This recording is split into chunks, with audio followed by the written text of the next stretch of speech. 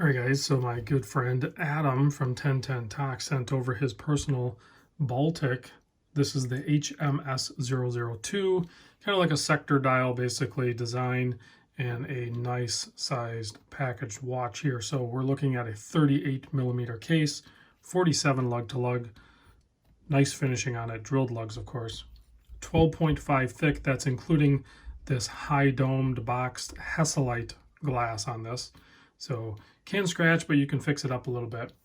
20 millimeter lug width here and a 6 millimeter push-pull crown. Water depth rating, water resistance on it is a 5 Atmos, so not super great.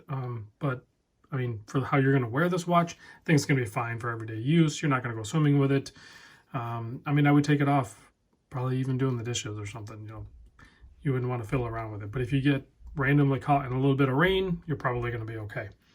So this is the silver dial. It's using the Miyota 821A, which beats at 21,600. You can kind of see the seconds hand skipping away there. About the same, well, not about. It is the same speed as like a Seiko NH or something. The reason you would go with the Miyota over the NH is because the movement itself is like smaller and thinner. So you can have that smaller, thinner package. And I don't know, I actually have better results with these movements over the Seiko movements when I put them on the time grabber. This thing's running at like a -4 seconds per day, so it's actually running really good. 42-hour power reserve on that, and the price I noticed listed on the website for Baltic, which I'll put a link in the description, is like basically $400 US is what you're looking at. These are assembled in France. There are some other options you can do, and there's other models, obviously, from the brand, but you can look on the case back there, assembled in France, has the movement. I think you can go with a display case back for a fee, and then, of course, there's other models, and they'll do different things, but look at the distortion you get with that Hesselite. That is, like, pretty awesome.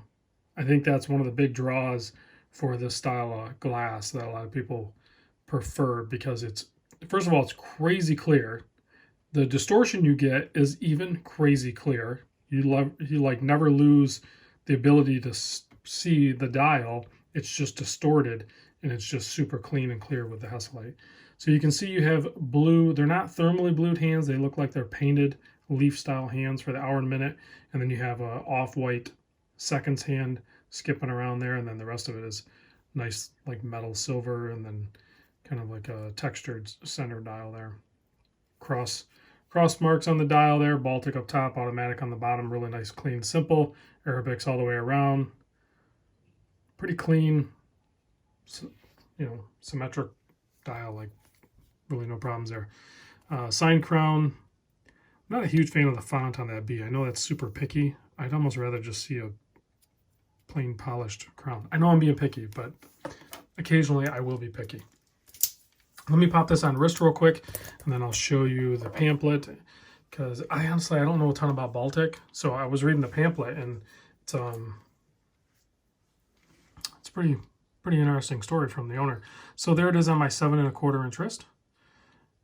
I think this with the blue colored hands with this blue leather strap is a perfect match for sure. But if you look at the pamphlet here, you can read, there's a history right there. I'm sure it's on their website too. But you can see the founder here has a connection with his father with a bunch of watches and photography and everything like that. And that drew the passion for his venture into horology. I really like the box too. I know it's, sometimes we nerd out on the packaging, and it's just unique. It's different, you know, cork, like probably a thin layer of cork wrapped around the top here. And then it just opens up, and it has this really nice blue inside. So it's still simple, but it's different. It's different than what you typically see, so I really dig that. It's nice. So big thanks to Adam over at 1010 Talk. I'll put a link to his channel in the description as well for sending this over.